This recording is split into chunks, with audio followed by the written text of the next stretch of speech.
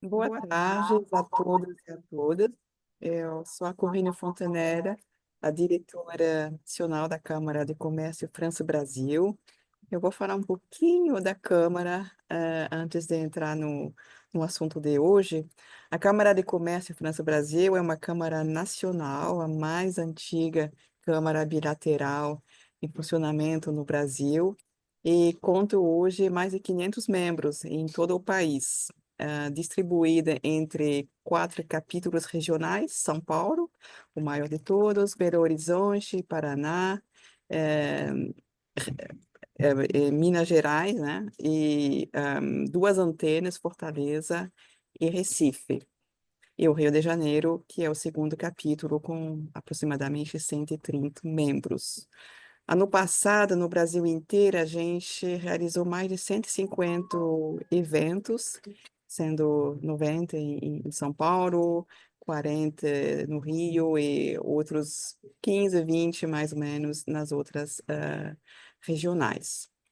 Bem, eu tenho o prazer de abrir o primeiro evento do ano das 14 comissões que a Câmara de São Paulo tem, e tem mais 13 comissões também no Rio, nas mais diversas áreas do conhecimento.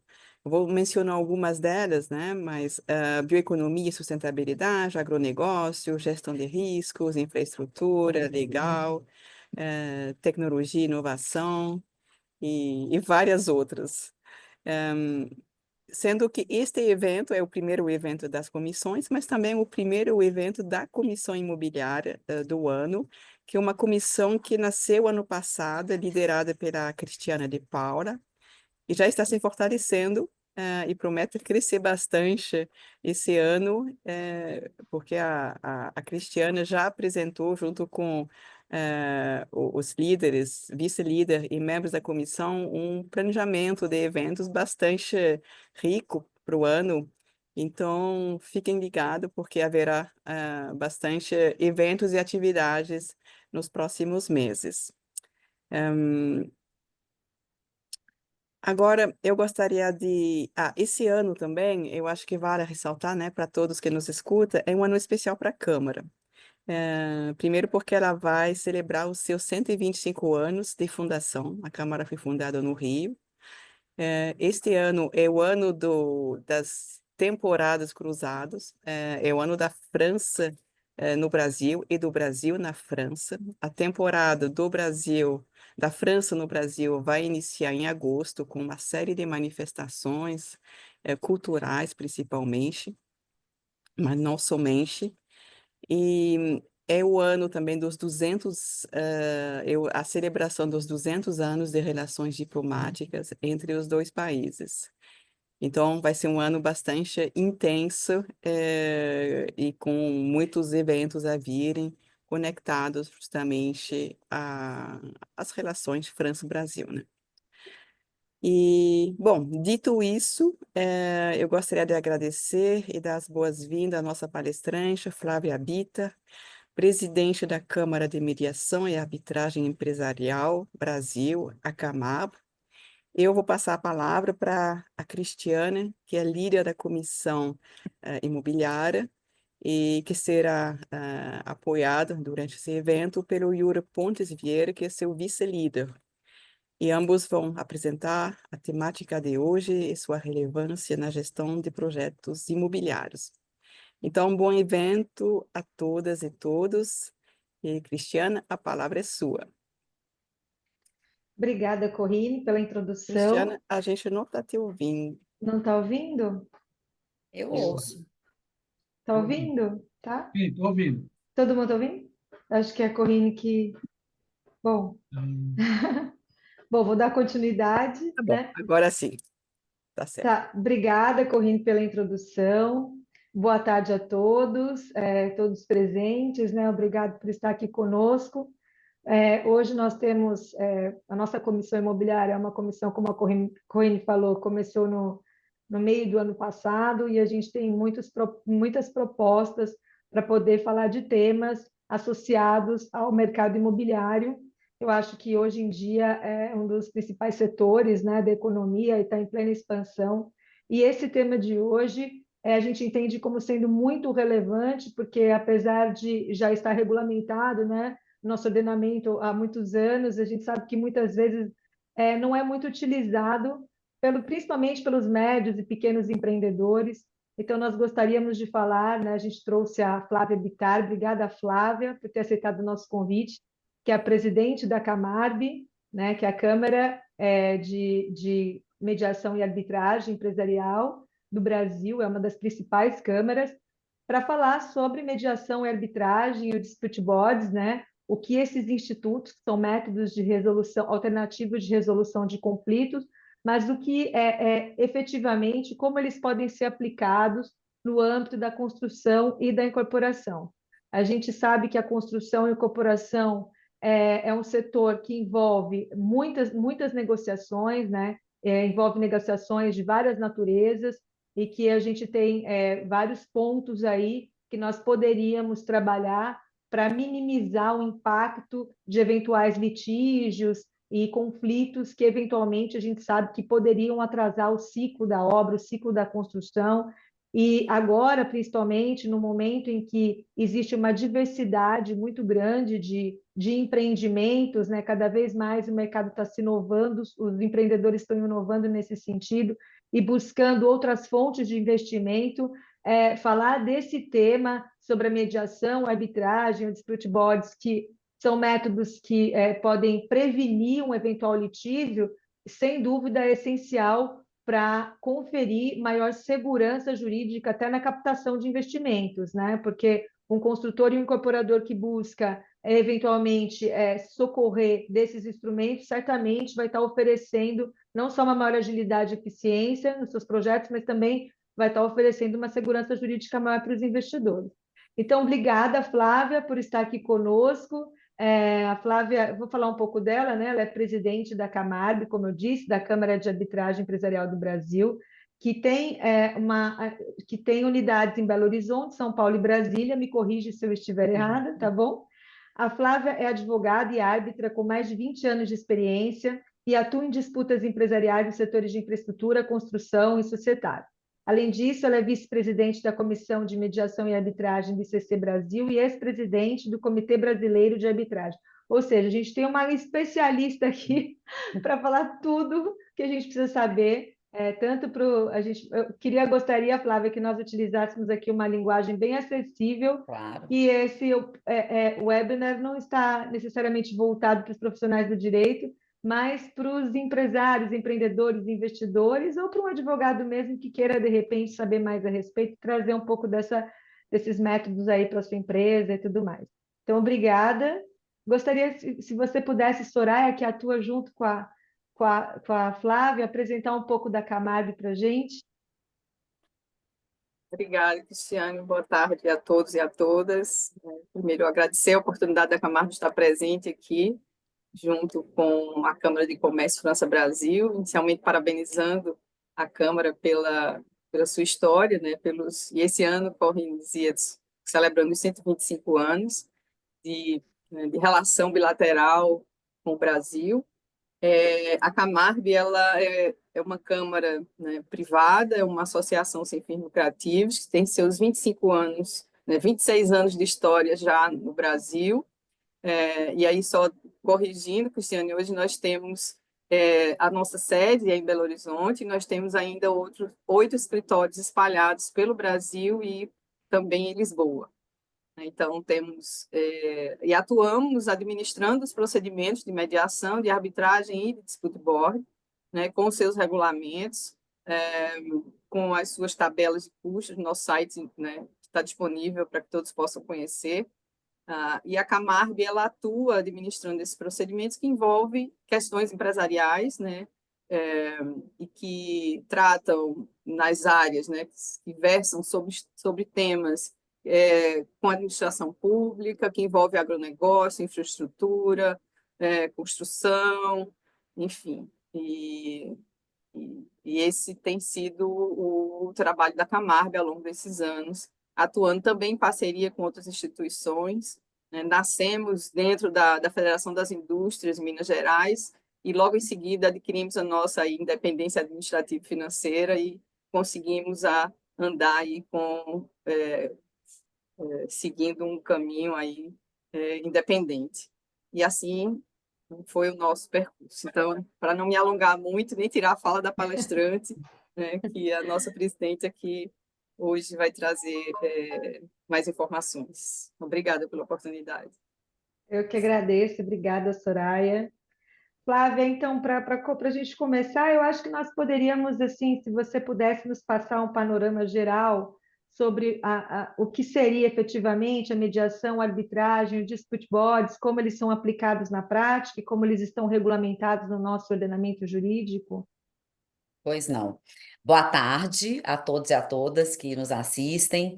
Um prazer imenso estar aqui. Muito obrigada, Corrine, Cristiana, Yuri, pelo convite. Parabéns aí também pela iniciativa, né? Eu acho muito importante essa, essa troca, né? Esse intercâmbio de conhecimento entre nós que prestamos aí um serviço de natureza eminentemente jurídica e uma instituição que congrega os usuários dos nossos serviços, né? Que na verdade são os empresários que têm aí as suas relações comerciais entre si, fazem os seus contratos, fazem os seus negócios e quando tiverem aí algum conflito ou quiserem prevenir algum conflito, podem utilizar aqui os nossos serviços. Então, é muito importante ter essa proximidade e é um prazer para a Camargo poder trazer um pouquinho do nosso conhecimento, da nossa experiência para esse grupo tão importante. Bom, vamos lá. A mediação, a arbitragem, o dispute board são mecanismos privados, ou melhor, a mediação ela pode ser pública, mas eu vou falar da mediação privada, destinados a prevenir ou resolver conflitos fora do âmbito do Poder Judiciário. Por isso que eles são muito comumente apelidados de meios alternativos de solução de conflitos. A diferença deles basicamente, em relação, né, vou tentar usar a linguagem mais simples que eu puder, em relação ao produto que eles entregam. Então, vamos lá. A mediação, o que a mediação entrega? A mediação entrega um acordo. A mediação, né, quando ela tem sucesso, claro. A mediação entrega a solução consensual de um conflito já instalado, né? Então, existe um problema, as partes, antes de partir para a briga, elas tentam fazer uma mediação, que é muito parecido com a conciliação, né? Os advogados estão aqui nos assistindo, que a gente aprendeu lá na faculdade, muitos anos atrás, né? E a diferença maior da mediação e da conciliação é a forma de atuação desse terceiro imparcial que vai atuar para aproximar as partes e fazer com que as próprias partes cheguem à melhor solução para o seu conflito. Ninguém melhor do que as próprias partes para saber o que é melhor para elas, para o negócio delas e para o futuro conjunto ou separado delas, né? Muitas vezes as empresas, depois de uma mediação, eu já participei de casos assim, que tiveram muito sucesso, casos grandes de empresas grandes multinacionais, litigando no Brasil, na época da pandemia, inclusive, e as empresas estrangeiras, né, as mães, né, das empresas brasileiras também, né, fazendo negócios lá fora e em outros países, e as empresas brasileiras aqui num litígio muito, muito sério, e depois de uma mediação conseguimos o êxito, e não só elas continuaram o contrato aqui no Brasil, como o modelo do acordo que foi feito aqui para prosseguir a relação comercial, que era um contrato de continuado, né, de fornecimento continuado. Então, a saída que eles encontraram para prosseguir aqui no Brasil foi replicada no mundo inteiro, né? Então, esse é um exemplo de uma mediação que teve muito sucesso. A arbitragem, por outro lado, o que a arbitragem entrega? A arbitragem entrega uma sentença, uma decisão, que tem exatamente o mesmo valor da sentença proferida por um juiz do fórum, tá? Então, a nossa lei de arbitragem, que é a Lei 9.307 de 96, regulamenta a arbitragem no Brasil e determina expressamente que a sentença arbitral constitui um título executivo judicial. Então, que o árbitro é juiz de fato e de direito, que a sentença que proferir não fica sujeita a recurso ou homologação pelo Poder Judiciário. De modo que a arbitragem, ela é um processo contencioso, de natureza contenciosa, no qual as partes vão litigar, né? Então, não existe assim, essa visão romântica da arbitragem, não. É um litígio diferente do litígio do Poder Judiciário, mas é um litígio que tem alegações escritas, produção de provas, audiência, perícia e, ao final, vai haver uma sentença. Pode haver acordo na arbitragem? Pode. Acontece com muita frequência, né? Muitas vezes, depois da apresentação de uma perícia, aquela parte que vê ali que a sua situação não está boa, ela vai falar, opa, eu vou para tudo ou nada, ou eu vou tentar fazer um acordo ali para resolver isso de uma forma que eu possa não ter um prejuízo muito maior lá na frente, né? Então, advogados e empresários atentos ao risco que uma sentença vai lhe trazer, podem perfeitamente pedir até uma suspensão da arbitragem, isso é o que normalmente acontece, às vezes até para ir para uma mediação, né? Se as partes ali acham que têm condição de compor, mas não estão conseguindo chegar num consenso, podem pedir aí uma pausa na arbitragem, ir para uma mediação ou fazer o acordo por si mesmas, e depois voltar com esse acordo para a arbitragem, para que o árbitro, o tribunal arbitral, faça o que a gente chama de homologação do acordo, né? Que a lei de arbitragem não usa esse nome, usa a expressão declarar um acordo mediante sentença, para que ele efetivamente, para que não haja dúvida que aquilo é uma sentença, que vai resolver o mérito do litígio e que vai ter força de título executivo judicial. Então, se aquele acordo for descumprido, a parte vai lá e executa, como ação de execução no judiciário, e não precisa entrar uma ação de execução de título executivo, né? Não precisa entrar, por exemplo, se for só a questão da mediação, se for só o acordo produzido pela mediação e o acordo for descumprido, ele é um título extrajudicial. Então, vai ter que entrar com uma ação de execução que tem um outro trâmite, né? E tem um outro leque de possibilidades de discussão em relação àquele documento. Pois bem, o Dispute Board é um instituto híbrido aí, um pouco entre a mediação e a arbitragem, porque ele tem dois produtos, ou melhor, ele tem três produtos. O primeiro produto do Dispute Board é a prevenção do conflito, né? O Dispute Board, quando ele é bem feito, ele começa a trabalhar antes do conflito. Ah, como que é isso? O Dispute Board é uma junta técnica que é eleita pelas partes lá no contrato. Quando o contrato começa a ser executado, esses profissionais começam a atuar de longe, analisando lá o contrato, analisando um cronograma da obra, se a gente está falando de obra, analisando a troca de comunicação entre as partes, as atas de reunião, fazendo reuniões periódicas com essas partes, para acompanhar o desenvolvimento da execução daquele projeto, daquele contrato. Isso permite uma prevenção de litígios na medida em que, em primeiro lugar, as partes não estão ali livres, leves e soltas para fazer o que quiser, que não tem ninguém de fora olhando, né? Tem um pessoal ali que elas escolheram, né? Não são advogados das partes, não são engenheiros das partes, são profissionais que devem ter a mesma isenção que o árbitro, mas que vão atuar ali numa posição diferente. Então, o mero fato de existirem essas pessoas acompanhando a execução do contrato já é um inibidor de descumprimentos contratuais.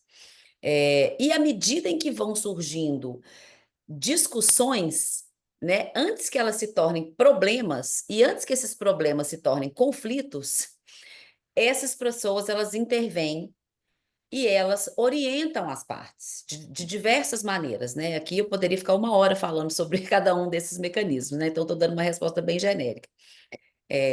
Podem orientá-las, olha, não vão por esse caminho, que aqui vai dar um problema, esse risco contratual aqui é seu ou é seu, enfim, elas vão acompanhar, e se surgir realmente um impasse, vão emitir um documento, que pode ser um documento chamado de recomendação, ou um documento chamado de decisão. E vai ter uma força vinculante entre as partes, no ponto de vista contratual. A decisão desses membros do Dispute Board nunca será comparada à decisão arbitral. Ela não tem força de título executivo judicial. e ela poderá ser revista futuramente numa arbitragem. Então, então para que serve o dispute board se lá na frente depois eu vou ter que contestar isso? Por quê? Muitas vezes as partes não contestam, as partes compreendem que aquilo é uma análise justa do problema, não querem criar um conflito com um fornecedor importante, com um parceiro importante. Aqui na área imobiliária, né, quantos empreendimentos surgem entre mesmos parceiros, né? Então, muitas vezes você Eu vai identifico que preferir não brigar. esse mecanismo no setor imobiliário, ele é muito relevante, considerando que a gente tem várias figuras que desenvolvem, que participam ali do ciclo da execução de um projeto, né? Que é Sim, muitas vezes o construtor, o incorporador, o investidor, fundo de investimento. Então, assim, obviamente que você poder antecipar e selecionar profissionais que possam acompanhar o desenvolvimento desse processo para que eventualmente você, primeiro, que você tenha uma fiscalização desse processo imparcial, né? Para ver se efetivamente está sendo cumprido ali o cronograma de prazos e o planejamento, né, da obra, mas é uma segurança, como a gente falou aqui também, para o investidor que tem um terceiro não envolvido que pode estar. E, eventualmente, né, Flávia, eu acho que, voltando aí, eu não sei, a questão da arbitragem, o que a gente vê é que, além da celeridade, né, além de você tirar aí você se desvincular aí do poder judiciário tradicional, porque a gente sabe que tem a arbitragem judicial e a extra, né, que você vai explicar um pouquinho para a gente, não, mas a mediação, gente arbitragem não. ah, não, a arbitragem é sempre Sempre extrajudicial, com a privada, escolha da Câmara e do árbitro. Ótimo. Então, a gente sabe que saindo do âmbito do judiciário, a gente tem alguns preceitos aí que são fundamentais, que é a celeridade, a especialidade, muitas vezes, da seleção do árbitro. Então, eu entendo que, de repente, você já adotando o dispute board, necessariamente você vai ter uma cláusula, se eu tiver algum termo técnico, você pode me corrigir depois, pode ficar à vontade, é uma cláusula arbitral que regulamente isso, porque justamente essa é a função, né? isso. Então, eu acho que da Câmara Arbitral e desses instrumentos, justamente É. conferir ao incorporador o empreendedor do setor imobiliário essas É. oportunidades, né? Inclusive, é importante você ter falado da questão dos investidores, né? Quando se trata aí, por exemplo, de grandes projetos de infraestrutura, principalmente, que têm investimentos dos bancos de financiamento internacional, hoje eles exigem que aquele projeto que vai ser financiado seja acompanhado por um dispute board. Hoje é uma exigência desses bancos, Olha, né? E eu tenho trabalhado nessa área já tem um tempo, eu comecei muito de curiosa a estudar os dispute boards muitos anos atrás, e finalmente começam a ver a coisa acontecer na prática aqui no Brasil, né? Antes estudava só os casos internacionais, mas felizmente hoje a gente vê o dispute board chegando no Brasil, até por meio de projetos com a participação da administração pública, né? Por quê? Por causa da exigência dos bancos financiadores, né? sim. Então não tem para onde fugir. Se você quer o dinheiro do financiador, tem que colocar o dispute board. E na área imobiliária, que eu tenho visto, né, principalmente de grandes em questões de incorporação, né, e projetos muito grandes, eu tenho visto muitas arbitragens nessa área, mas dispute board não conheço nenhum exemplo. E eu acho que é uma oportunidade, assim, de ouro que se tem É. essa comissão que congrega players importantíssimos do setor para que conheçam o mecanismo e comecem a olhar para ele como um método de eficiência dos seus negócios. Porque, apesar de não necessariamente resolver todos os problemas do empreendimento, ali, às vezes vai ter algo que realmente esse comitê não vai conseguir resolver de forma satisfatória para todo mundo, ao invés de ter uma arbitragem de 200 milhões, às vezes você vai ter uma arbitragem de 50. né? Vai afunilando o conflito e vai trazendo elementos de prova importantíssimos para serem levados para a arbitragem depois, permitindo uma arbitragem muito mais eficiente. E uma arbitragem eficiente significa uma arbitragem mais econômica, porque é importante dizer, né, principalmente aqui fazendo um alerta aos usuários, né, é, esses procedimentos privados são procedimentos que envolvem um dispêndio financeiro considerável, muitas vezes. A depender, quanto Uhum, maior o valor da causa, mais caro vai ser, né? Então, por exemplo, a Camargo tem o regulamento de arbitragem expedita, que é para procedimentos de até 3 milhões de reais. 3, né, Soraya? uhum, A gente não alterou. Até 3 milhões de reais. Então, é um procedimento mais célere, é um procedimento com árbitro único, é um procedimento que não tem perícia, para baixar o custo. Porque a sim. arbitragem, e eu defendo isso já há muitos anos, né, e não posso vender isso de outra forma, não é um instrumento para pequenos negócios, não é um instrumento Uhum, para pequenas causas, né? uhum, Então, é muito importante que o advogado, o empresário, quando colocar a cláusula compromissória nos seus contratos, né, a cláusula ou a cláusula escalonada, que eu vou falar um pouquinho dela, ao escolher o regulamento da instituição arbitral, dê uma olhadinha na tabela de custas, ela está lá, uhum. disponível. Quando você fala que não é para pequenos negócios, você se refere a mais ou menos. Você consegue passar uma estimativa? Bom, vou retroceder um pouco no que você falou sobre que as pessoas não têm essa consciência ainda a respeito do dispute boards e puxar um gancho, já que você é árbitra há tantos anos, né? O que a gente pode perceber é que no setor imobiliário tem vários players envolvidos na execução de um projeto. Muitas vezes as equipes elas não conversam entre si. A gente tem um jurídico, aí tem a parte da engenharia. É difícil você ver uma empresa, principalmente para os iniciantes, para Uhum, os empreendedores que estão ingressando no mercado agora ou há pouco tempo no mercado.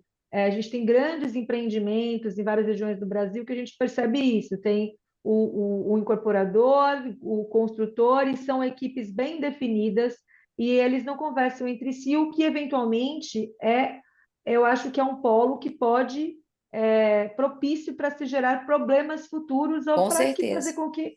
Então, eu acho que muitas das demandas, não só das médias incorporadoras, mas das grandes incorporadoras também, devem vir a chegar ao judiciário ou até ao tribunal arbitral por conta dessa questão. E eu acho que o dispute boards, no caso, ele resolveria ou auxiliaria na resolução desse problema.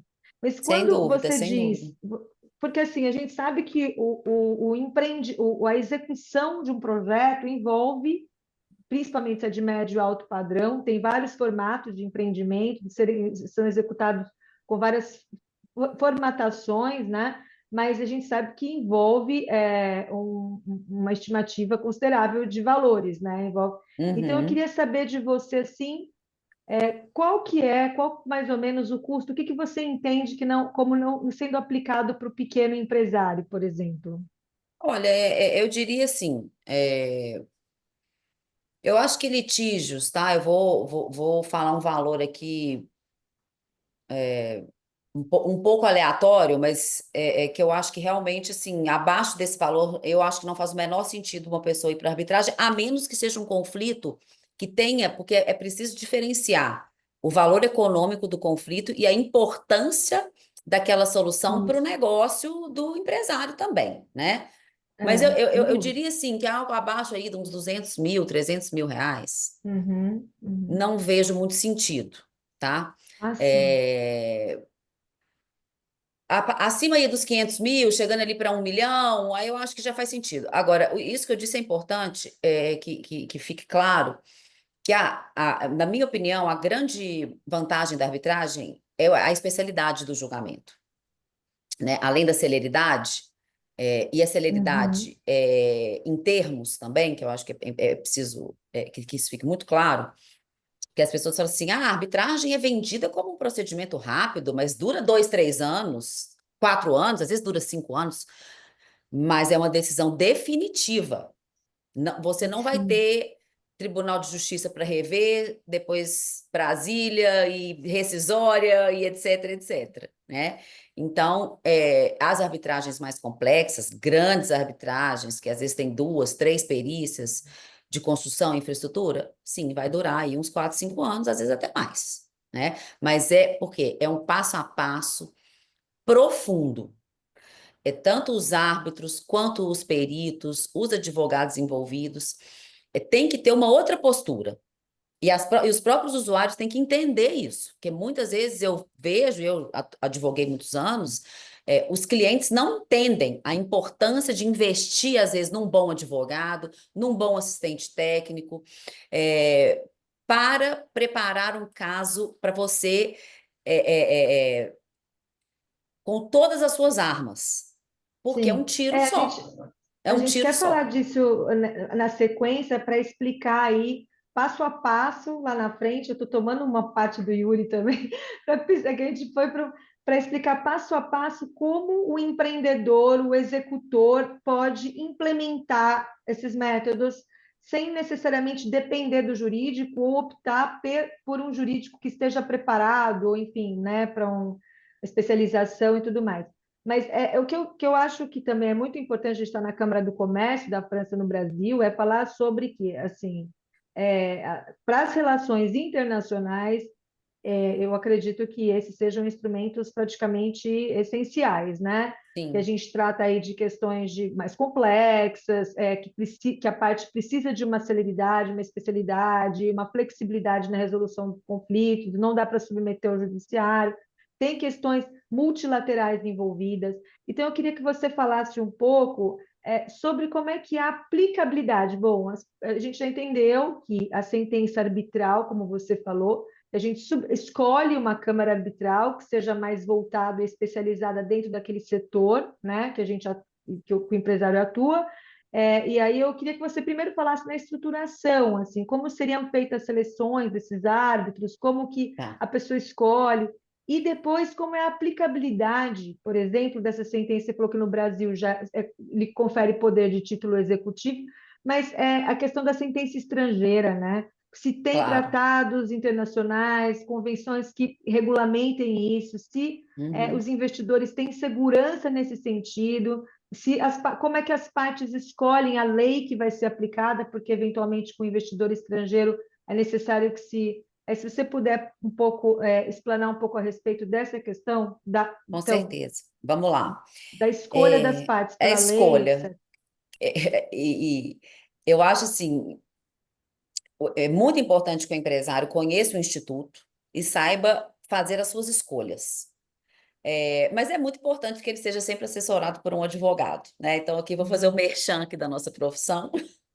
Eu vejo muito isso, gente. E eu estou falando isso assim, é, com o meu chapéu de árbitra, que recebe os problemas. Muitas e muitas e muitas vezes é contrato mal feito, é empresário mal assessorado. Não economizem nessa parte contratual. O advogado é essencial. O empresário conhece o negócio, mas o advogado, para fazer um contrato bem feito, para escolher uma câmara boa, para escolher a melhor solução do conflito daquele caso, né? Isso vai ser feito aonde? No contrato, né? Mas também não adianta o empresário não conhecer o mecanismo e comprar qualquer coisa que qualquer advogado vai passar para ele, né? Então é muito importante que tenha essa Sim. sinergia aí entre o cliente e o advogado. Isso virá no contrato. Lá naquela cláusula, para falar de uma forma bem simplificada, naquela famosa cláusula de foro, que todo mundo viu, que vem em qualquer contrato, todos os conflitos surgidos desse contrato serão resolvidos na comarca de São Paulo. Aquela cláusula sai, vai embora, e entra uma cláusula que chama solução de disputas, solução de controvérsias. Ali as partes vão escolher os mecanismos que elas vão utilizar. Muitas vezes, para esses grandes projetos, principalmente, é adequado utilizar o que a gente chama da cláusula escalonada, que prevê que primeiro vai haver um dispute board, depois que o dispute board acabar, porque o dispute board acaba, tá, gente? O dispute board acaba junto com o contrato. Acabou o contrato, acaba o dispute board, tá? Se o dispute board acabar e tem ali ainda um problema a ser resolvido, podemos ir para uma mediação. Se a mediação não der certo, vamos para uma arbitragem. Ah, eu preciso, tem alguém assistindo aqui e fala, ai meu Deus, eu preciso fechar um contrato amanhã, quero colocar essas cláusulas escalonadas, eu não tenho advogado ainda para me assessorar. Vou fazer aqui o merchan da Camarb, obviamente, né? Entre no site da Camarb, temos as cláusulas modelo, que você pode copiar e colar no seu contrato, tá? São cláusulas padrão, essas cláusulas podem ser mais detalhadas em alguns contratos. O que a gente tem ali é o mínimo que tem que ter, né? São os requisitos essenciais. Muito cuidado ao expandir demais essas cláusulas, já vi problemas em relação a isso. O ideal, na minha opinião, é usar a cláusula padrão. Ok, usei a cláusula padrão, assinei meu contrato, surgiu o conflito. Surgiu o conflito, vamos dizer que é arbitragem. Vai procurar a Camarb, no caso, ou qualquer outra câmara, tá, gente? Eu estou aqui fazendo, obviamente, a propaganda da Camarb, brincadeiras à parte, que a gente está fazendo um evento da Camarb, mas o Brasil é muito bem servido de câmaras de arbitragem. Hoje a gente tem aí umas 6, 7, 8 câmaras boas, respeitadas, que atuam tão bem quanto a Camarb. E convivemos muito bem no mercado, né? Tem caso para todo mundo, tem mercado para todo mundo. Mas cuidado com as câmaras que vendem decisão em um mês, que vende uma coisa muito barata. Então, é muito importante que se Você entende saiba. que as câmaras são, desculpa a minha ignorância, são especializadas em determinado Não, segmento? Por exemplo, não, a não Camarg, necessariamente, não não, necessariamente. não necessariamente. A grande maioria das A câmaras gente tem a do que Canadá, né, que é uma A das Câmara, por exemplo, a principais Câmara aqui. de Comércio Brasil-Canadá, um ótimo exemplo, é uma Uhum, excelente instituição, a maior instituição do Brasil. É uma Câmara que faz todos os tipos de caso. uhum. Inicialmente, foi uma Câmara que fazia muito direito societário, societário, societário, e, por exemplo, a Camarb era uma Câmara que fazia só construção, obra, infraestrutura, projetos. Esse negócio tem mudado. Por quê? Não tem razão. Por quê? É uma coisa muito importante de todo mundo entender. A Câmara em si, a Camarb ou a Câmara Brasil-Canadá, não julga, não é a Câmara que julga. A Câmara não precisa saber do direito material, e nem do mercado imobiliário ou de engenharia ou societário. A Câmara, ela exerce uma função meramente administrativa. A importância então, por que que é importante? Qual que é a importância da Câmara? É ser uma Câmara bem estruturada, uma Câmara que tenha uma equipe experiente, uma Câmara que tenha um regulamento de arbitragem já experimentado, ou seja, que já vem sendo aplicado há muitos anos e vem sendo atualizado periodicamente para atender à evolução das melhores práticas.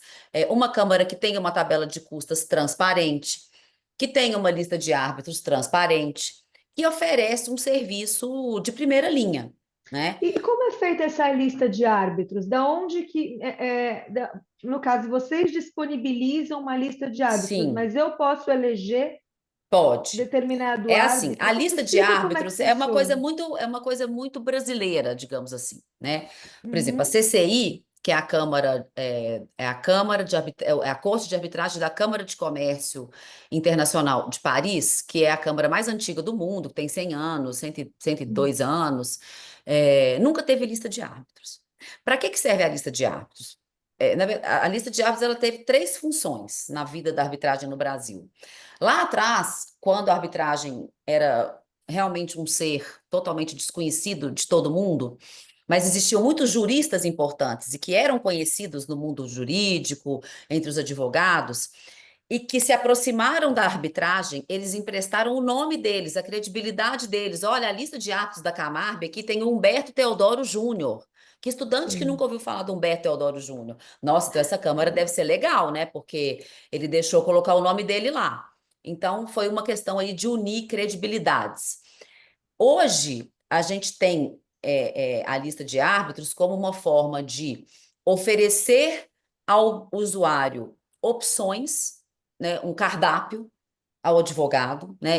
Muitas vezes eu abro aqui, ele tem que eleger um presidente para poder vir à memória aquelas pessoas que a Câmara seleciona Não paga nada, tá, gente? Ninguém paga para ser membro de lista de árbitro, não existe isso, nem a Câmara paga, nem ninguém paga, isso é importante.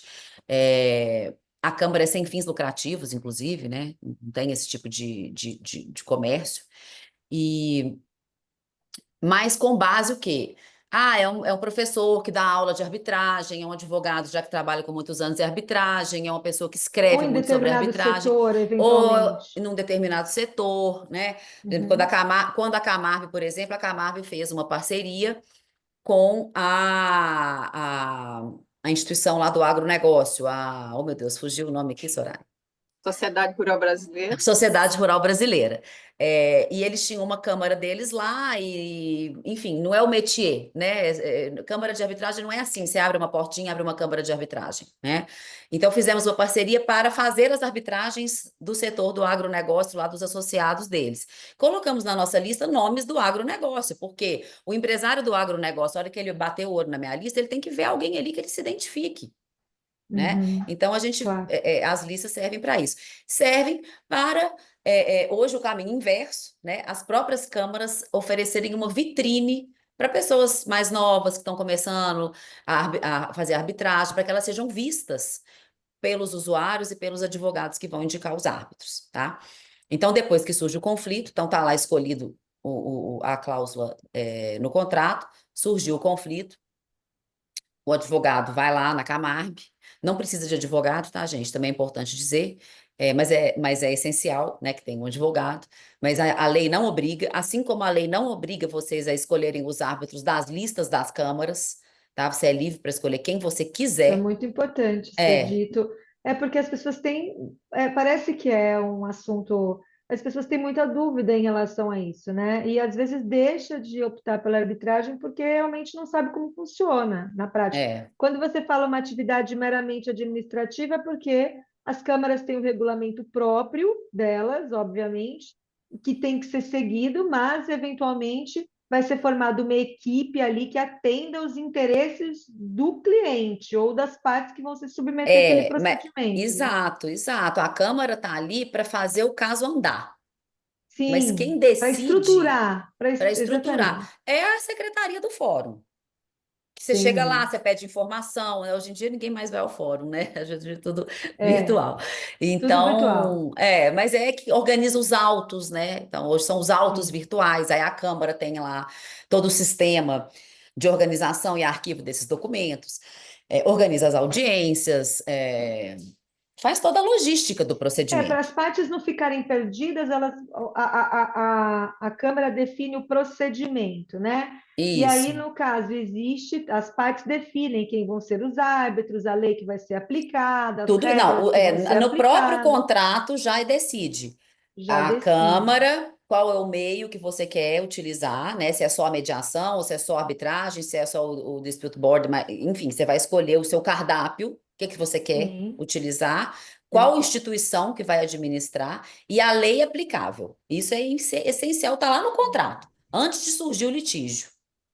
Ô, O Flá- árbitro só vai ser escolhido depois. Não pode, não se Sim. coloca árbitros já escolha no contrato. ô, Não Flávio, tem aquela. Desculpa, Will. desculpa. Ô, Flávio, tem uma questão a sério para a gente andar um pouquinho com nossa, né? Um ponto importante, já que a gente está na Câmara de Comércio da França-Brasil. Às vezes a gente encontra um contrato que diz que a Câmara, a arbitragem deve ser feita em Paris ou em Nova York, né?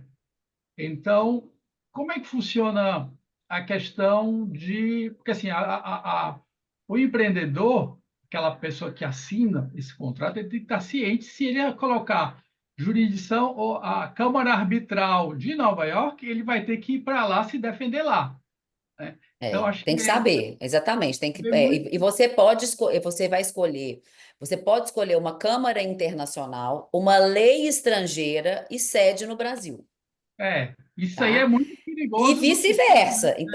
Pois é, por isso é que eu estou falando da importância do advogado. Porque, por exemplo, você pode escolher uma lei brasileira, Câmara Brasileira, sede em Nova York. E aí, depois, o que que vai acontecer? Na hora que você tiver que executar a sua sentença, você vai ter que ir lá em Nova York. porque ela vai ser considerada uma sentença estrangeira. E aí, voltando à pergunta aqui que a Cristiana me fez lá atrás, que eu esqueci de responder, uma arbitragem realizada no exterior ou uma arbitragem que tenha sede no exterior, que a sentença arbitral seja proferida no exterior, mesmo que o árbitro esteja sentado em São Paulo, no Rio de Janeiro ou em Belo Horizonte, mas ele vai colocar lá que ele assinou em Nova York, ela é considerada estrangeira. Para ela ser executada aqui no Brasil, ela tem que passar por um processo de homologação e reconhecimento no Superior Tribunal de Justiça. Isso existe uma convenção internacional, que é a Convenção de Nova York sobre reconhecimento e execução de sentença arbitral estrangeira, que foi ratificada pelo Brasil em 2002, 2001, 2002, acho que foi 2002 mesmo. E hoje é considerada lei interna no Brasil, né? Mas tem que passar por esse procedimento no STJ. Então, é muito importante que as partes, né, os advogados, os empresários, eles estejam muito conscientes das escolhas que eles estão fazendo naquele momento. Porque a arbitragem é a terra da liberdade. Tudo que você escolher, está escolhido. Você pode escolher tudo, mas depois que escolheu, fechou. A escolha é definitiva. Isso, e é Saiba usar a interessante sua também, né? liberdade.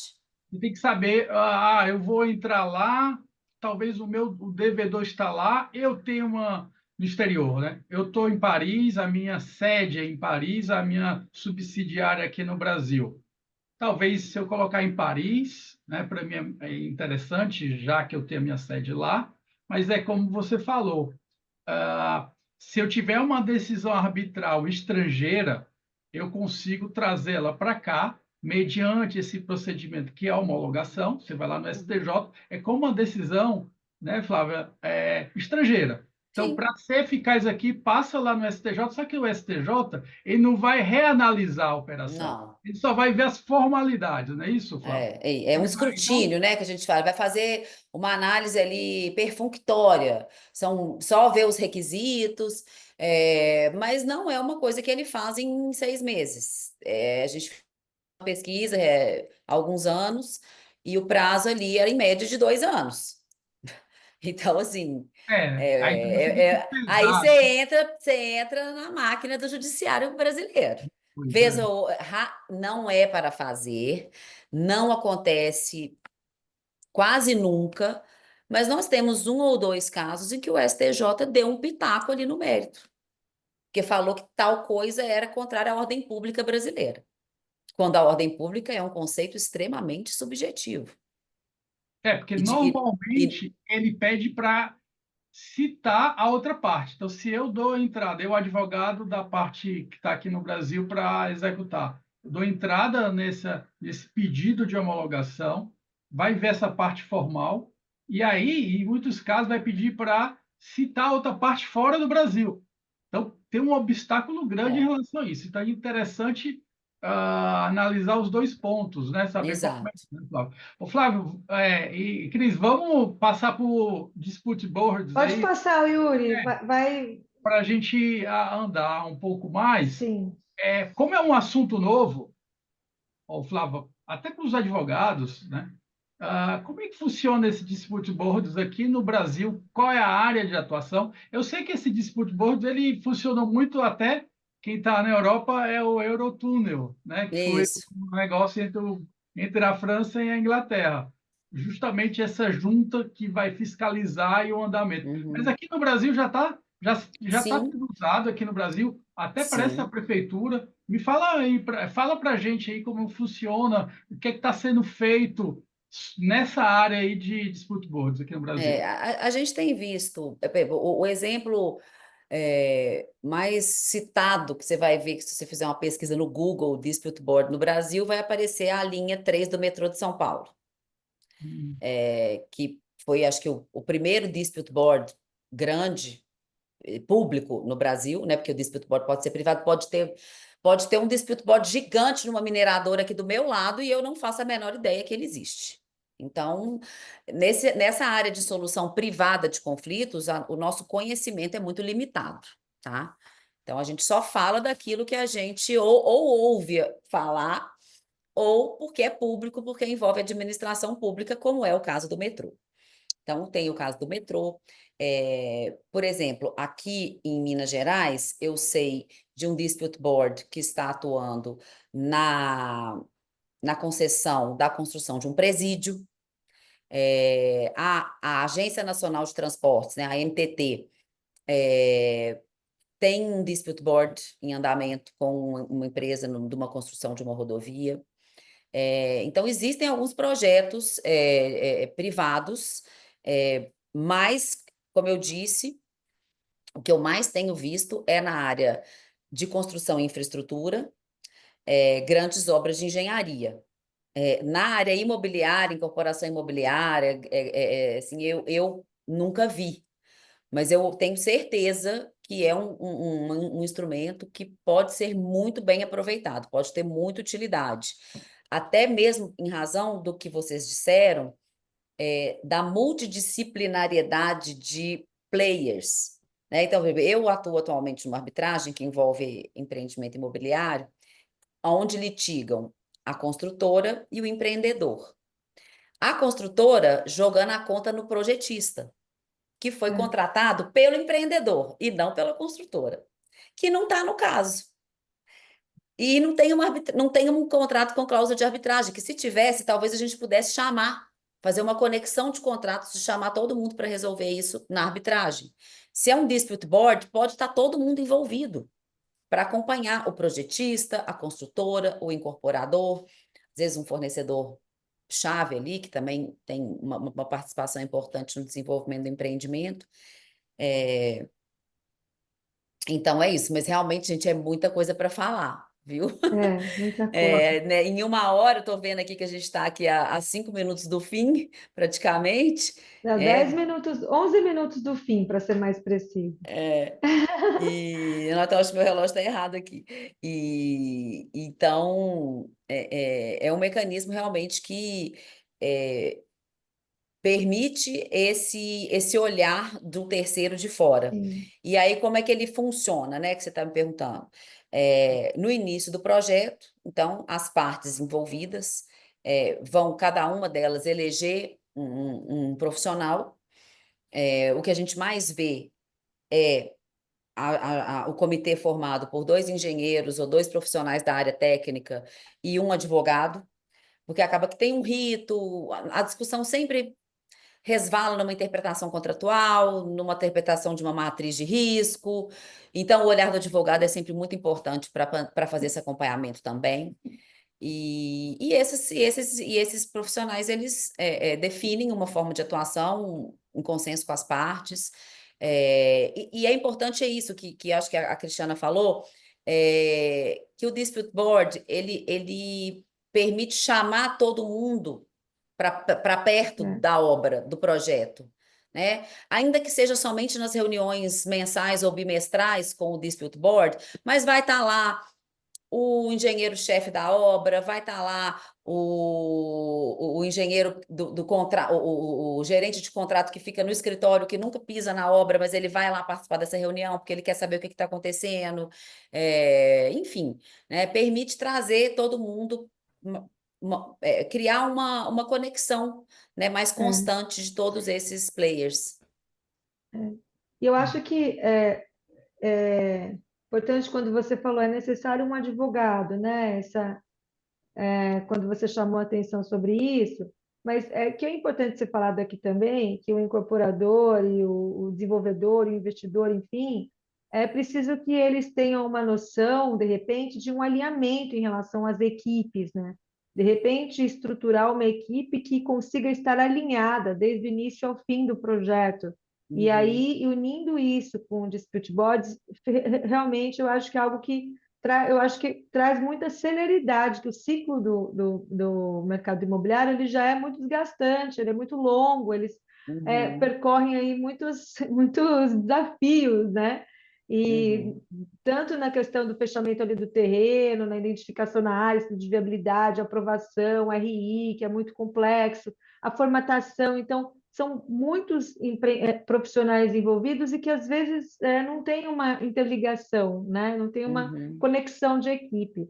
E eu acho que o Dispute Board chama um pouco a atenção para isso, essa necessidade de você, de repente, planejar desenvolver um projeto mais planejado nesse sentido.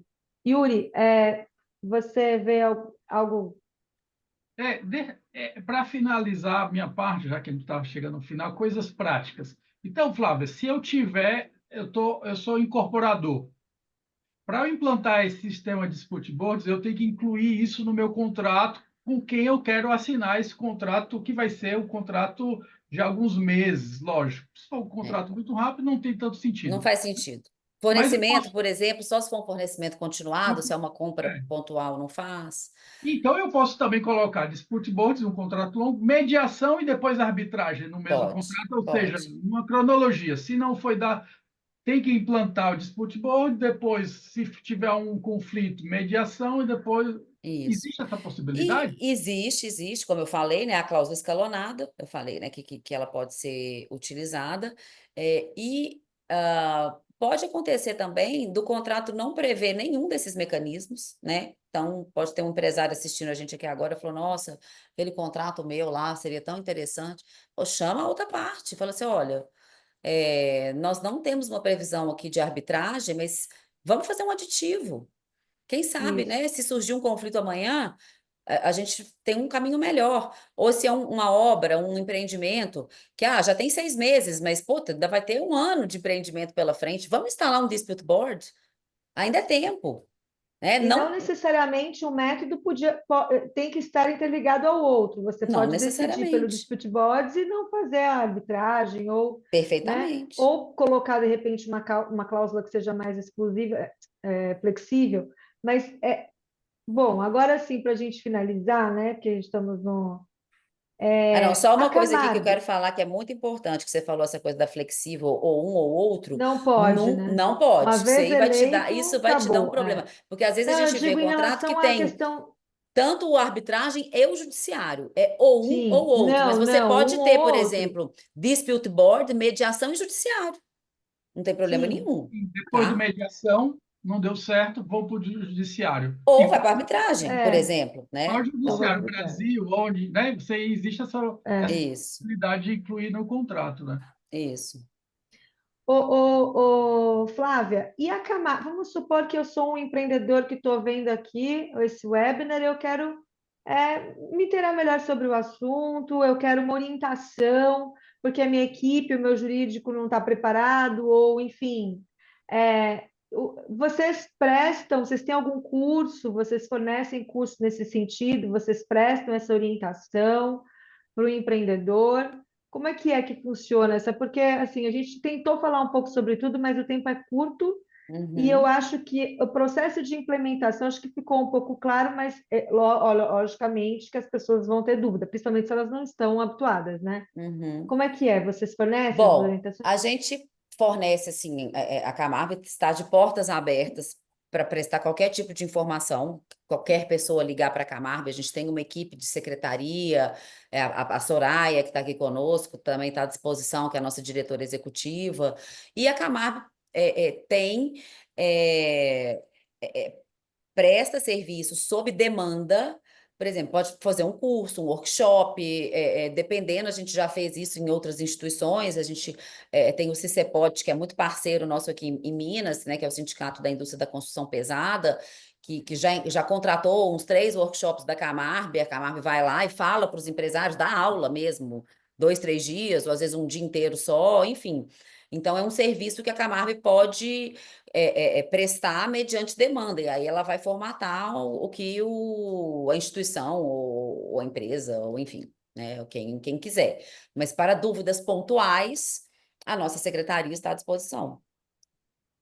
Ah, que bom. Então a gente depois vai disponibilizar o link aí da Camarb, né? Todos os, enfim, os dados, contatos e tudo mais. E, bom, Yuri, tem a última pergunta? Tem algo que você queira? Eu queria uma última pergunta, eu acho que muita gente tem essa dúvida. Quanto tempo mais ou menos leva para uma arbitragem? De médio porte, não precisa, não é É uma. muito difícil dizer isso, o Yuri, assim, é muito difícil. A A gente gente tem uma compara. média, vamos colocar assim, uma média de 18 meses, tá? Mas tem casos que dura menos, tem casos que dura mais. Depende muito do caso, sabe? Depende se vai ter uma instrução probatória mais ou menos complexa, depende da postura dos advogados, né? Porque não tem aquela rigidez do processo judicial, então muitas vezes os advogados pedem, às vezes em petição conjunta, tá? Prorrogações, né? Quando vem a petição conjunta, o árbitro acaba que prorroga, não tem jeito, né? A arbitragem é das partes. Né? Então, às vezes, assim, você pega, às vezes, quando você inicia uma arbitragem, assina lá o que a gente, né, um documento chamado termo de arbitragem, que se estabelecem ali as principais diretrizes, o cronograma e tudo. Às vezes você tem ali uma fase inicial do procedimento acordada entre os advogados de 6 meses, de 8 meses, só de troca de manifestações. Mas, ô, Flávia, isso também não depende muito da escolha dos árbitros, Não, deixa eu te explicar. Os ou não tem nada a árbitros, ver? na verdade, assim, os árbitros, eles vão conduzir a arbitragem para atender. Claro que o árbitro ele tem que zelar pela eficiência do procedimento, pela celeridade, pela economia, mas ele é um prestador de serviço das partes, tá? Então, Sim. se as partes, quando elas sentam para fazer o cronograma, elas querem cada uma 120 dias para fazer suas alegações iniciais da sua contestação, o árbitro não pode falar, não, você só tem 30. Agora, o Então, que o isso árbitro também pode depende fazer. do que eles venham a convencionar ali, né? Nas Exato, regras internas. as Vai muito partes são também. muito partícipes do procedimento. Eu Então, tem entendi caso que elas que podem influenciar em tudo, né? Na verdade, definir tudo, os prazos, as tudo. condições, tudo. Isso, Uma vez isso é muito definido, legal. depois elas têm que cumprir. E aí a É, importância do árbitro de falar, não, agora aquilo que foi combinado vai ser aplicado. Aí a importância do árbitro firme, do árbitro experiente, que vai fazer valer as não dá regras que para sentar em foram. cima do processo, Não né? dá para Afinal de sentar em cima. contas, Até ele está porque sendo nós recebido, árbitros, está não, sendo e pago para nós isso. árbitros temos prazo para proferir sentença, Cristiana, coisa Sim, que o juiz não tem. Se uma sentença arbitral for proferida fora do prazo e o árbitro notificado a apresentar a decisão não apresentar no novo prazo, a sentença arbitral pode ser levada à nulidade. Então, não sim. existe sentar em cima do caso, o árbitro, É né? E o muito árbitro mais não quer. rigoroso, né? O árbitro quer receber os seus honorários, ele só recebe no final, ao contrário do juiz que pinga na conta dele o salarião maravilhoso dele, mês a mês, dependentemente de quantas sentenças que ele vai entregar. O árbitro, não, o árbitro ele vive da eficiência dos casos, né? Sim. Então, é É. o maior interessado em Ficou claro agora, é muito bom. resolver. Não se compara com Ô, os 5 anos, né, do judiciário, né? É. Mais ou menos o tempo médio de processo no Brasil são 5 anos. Bom, só isso. é, Primeira instância, né? primeira instância, é verdade. É uma dor. Imagina, submeter isso, um projeto de incorporação ao judiciário é uma loucura, né? Eu acho que é É, cada vez mais essencial que as pessoas comecem a, de repente, estudar melhor e se definir pela arbitragem, todos esses instrumentos com que a gente falou certeza. aqui. E Flávia, ficamos à disposição para fazer outros eventos. Se vocês acharem que é interessante fazer um workshop, montar um pequeno curso aí para o pessoal da comissão, aí é legal, é muito só a gente bom. combinar, tá bom? Podemos sim, podemos com certeza. A gente tem até, né, Corrine, uma antena aí lá em Belo Horizonte, podia até fazer algo por aí para poder Exatamente. Ali expandir um tem até uma pouco. estrutura, né, na Schema Business School, que é o campus da Schema, com mais de 600 alunos, e a Hum. presidente da Schema é presidente da Câmara do capítulo de Minas Gerais. Eu acho que ela pode se Estamos à interessar. disposição. Olha, muito bom. Eu tô louca Realmente, para ir para BH, essa que é a verdade. olha, Vamos agradeço criar a muito. oportunidade, então. Ah, Agradeço muito a você, Flávia, porque sua fala para mim foi super interessante. Eu não sou da área de direito, mas eu entendi tudo Que bom. e extremamente relevante, né? Porque insegurança jurídica para empreendimentos através de investimentos estrangeiros é sempre uma preocupação. E aí a gente sabe que tem alguns recursos, alguns meios, né, para mitigar riscos, É isso aí. resolver problemas. Muito bom, muito bom. Realmente, parabéns. E merci. Obrigada. bom, não tem nenhuma pergunta, né, Yuri? Eu acredito que Não, ah, não, ninguém. Pô, então, ou todo mundo entendeu tudo ou ninguém entendeu nada, né? Ou as pessoas estão tímidas. Bom, mas o importante, assim, eu acho que está disponível para todos que queiram assistir, os que não participaram vai estar aí disponível, né? A gente vai publicar nas redes sociais e depois disponibilizar para vocês. Então, eu te agradeço mais uma vez, Flávia. Vamos mantendo contato. Corrine, muito obrigada, como sempre, né, pela oportunidade, por estar sempre Imagina. conosco. Yuri, obrigada também pelo apoio, por ter colaborado aqui comigo. E Soraya também, por ter feito, né, Soraya, todo o planejamento para que esse webinar acontecesse. Muito obrigada, viu, Soraya? E é Nós isso, também gente. Nós que agradecemos, muito obrigada pela agradecemos. oportunidade. A Camargo está à disposição de todos, da Câmara, dos usuários, dos advogados, estamos à disposição. E obrigada mais uma vez pela oportunidade, foi um prazer. E um Bom, abraço para todos que ok. ficaram aí conosco. Uma ótima tarde. Ótima Até tarde. mais. Tchau, Tchau, Tchau, tchau. tchau. tchau, tchau.